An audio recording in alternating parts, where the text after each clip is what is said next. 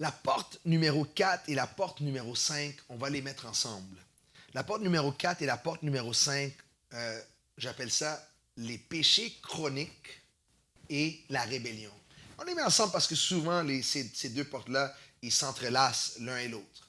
Quand on parle ici de péché chronique, ça veut dire que c'est un péché qu'on a rentré dedans de manière continue. Comme par exemple, tu as volé, après tu as revolé, tu as volé, tu as volé, tu as volé, et tu as tellement volé que maintenant, non seulement tu as le péché du vol, mais le péché chronique a amené même des démons de vol à venir sur toi. Tu as été tellement écrasant que maintenant, non seulement tu as été écrasant, mais tu as des démons qui écrasent les autres, qui méprisent les autres qui sont venus sur toi. La rébellion, ça c'est intéressant parce que la rébellion, pourquoi ça nous expose à l'ennemi? Parce qu'il y a une différence entre tomber dans le péché et entrer dans le péché. Il y a une différence. Tomber dans le péché, ça veut dire que comme être humain, écoute, on n'est pas parfait là. Je ne suis pas parfait, tu n'es pas parfait.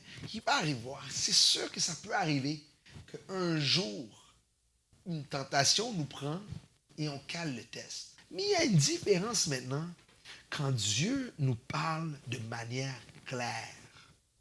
Claire. On sait que Dieu nous a avertis d'avance. Il a tout fait. Il nous a parlé clair. Il dit, rentre pas là. Fais pas ça. Et là, c'est pas qu'on tombe dans le péché. C'est prémédité. On dit, Dieu, je m'en fous de qu'est-ce que tu m'as dit. Je m'en fous. Je veux le faire. Et ça, c'est très fréquent dans notre génération. La génération dit ça, c'est la génération YOLO. You only live once. Tu vis seulement une fois. Fait que fais ce que tu veux.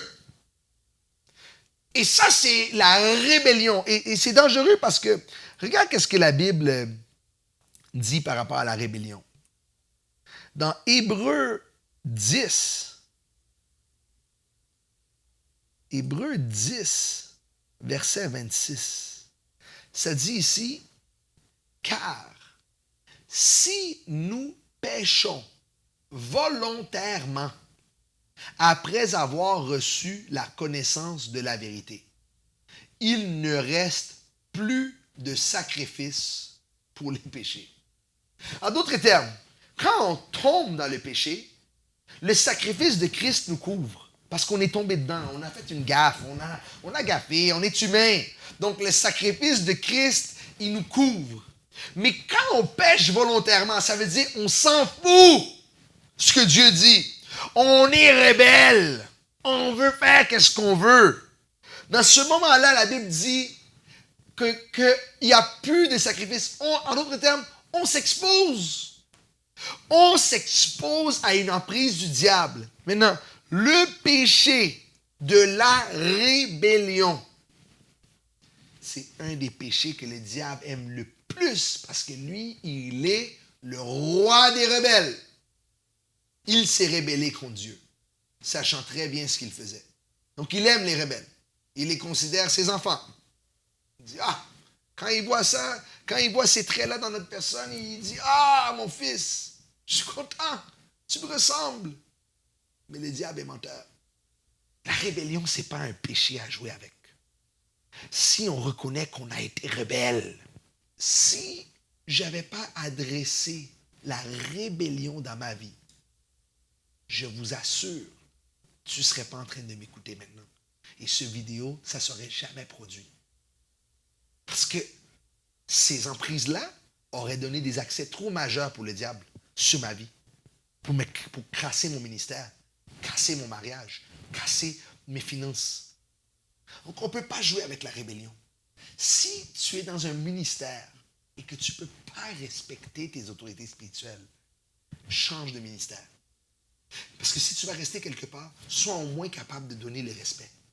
Ne reste pas sous une couverture d'une autorité que tu vas critiquer parce que ça ne te fait pas du bien à toi.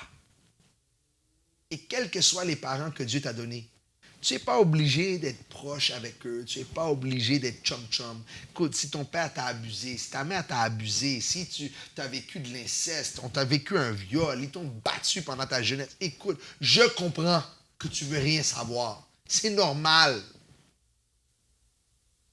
C'est normal. Mais tu peux arrêter d'être rebelle. Tu peux garder tes distances. Tu peux pardonner. Mais ne les maudis pas. Ne les maudis pas avec ta bouche, même s'ils t'ont fait du mal. Ne les maudis pas. Dis, c'est quand même mes parents. Ils m'ont fait du mal. Ça, c'est entre eux et Dieu. Moi-même, je ne vais pas leur faire.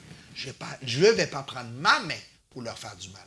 De toute manière, le Dieu que je sers connaît notre historique. Et s'il a quelque chose qu'il veut gérer avec eux, il va le faire lui-même souverainement.